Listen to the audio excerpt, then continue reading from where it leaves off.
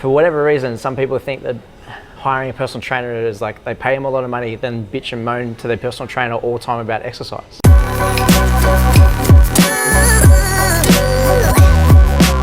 It's about using your physical health as the foundation for your mental and emotional happiness. From our conversation last week, what was the most important thing that you took away from it, or what did you implement? So the most important thing I took away from last week was having the structure around what I do each week, like having a plan, having my training, my food, my activities set within a schedule. That's perfect. So having a tight schedule, and it's a growing schedule now. Yeah. How are you feeling about that schedule?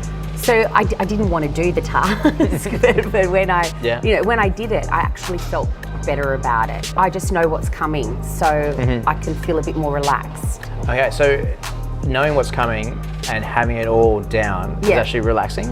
It is relaxing because I think in the past I've operated more in my head or written down notes, and I haven't had, I feel like I know what I'm doing, so I don't need to write it down or put it, on concrete, in a timetable. But once it was done, it felt good. Cool. Because this is interesting, right? So I'm going to go through a bit of a summary of all the stuff that we've gone through, right? So we started with the compass, and sleep was a big thing, right? And then we went through the 20 things that you need to do for fun, which didn't include food and alcohol. Then we did, we're going through exercise, we're going to see a physiotherapist, he's giving you mobility stuff and stability stuff that we're working through at the gym. There's 70,000 steps to do.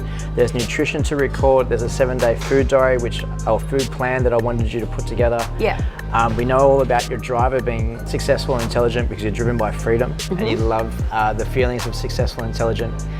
We talked about courage and having courage over comfort and putting up boundaries, being reliable and accountable. We talked about the growth mindset. I see you nodding, and I see all the things adding up on your to-do list, which is the point of me going through this. But the growth mindset was avoiding the triggers like fatigue that trigger a fixed mindset.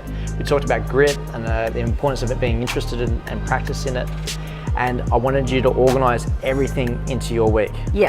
So it's a big task. There's a lot of talking points, there's a lot of things there to change, and it could be really, really easy now to complain. And complain exactly about what you need to do. And looking at all the things that you've got to add into your list and add into your week. It's a lot, right? You got to thrive in business, and it's growing as well, and add to that, and there's plenty of things to organize. But the biggest mistake that any client has really found great difficulty with this is actually to view all of it as just hard work. Right? So if someone looks at it and goes, look at all this stuff, look at all, it could easily run the poor me. They're not going to be open to change. They're going to resent it, all that sort of bad stuff. But if they look at it a different way and think, look at all the goodness that this brings me, and get connected to this process brings me this result, well then I have actually a much easier task. For whatever reason, some people think that hiring a personal trainer is they pay them a lot of money, then bitch and moan to their personal trainer all the time about exercise, right? But if you actually connect what exercise brings them and being grateful for being strong or having more energy, well then they should be more open to exercise and actually enjoy the session rather than bitching and moaning to their trainer. So in a way, I'm trying to make my job easier when I'm trying to illustrate gratitude. But what I want you to do is that we're going to give you 25 minutes to come up with 50 reasons why this process evokes feelings of gratitude for you. What are the 50 things you're most grateful for that this process brings you?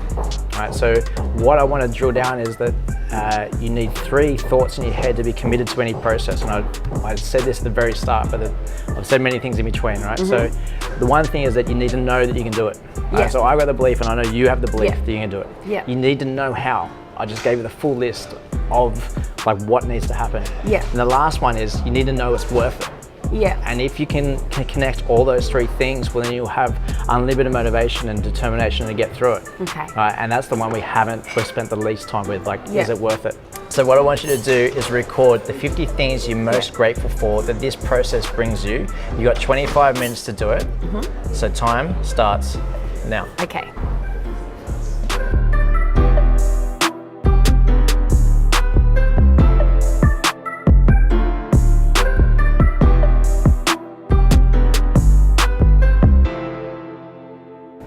involve food, alcohol. Perfect. Nice one to finish off on.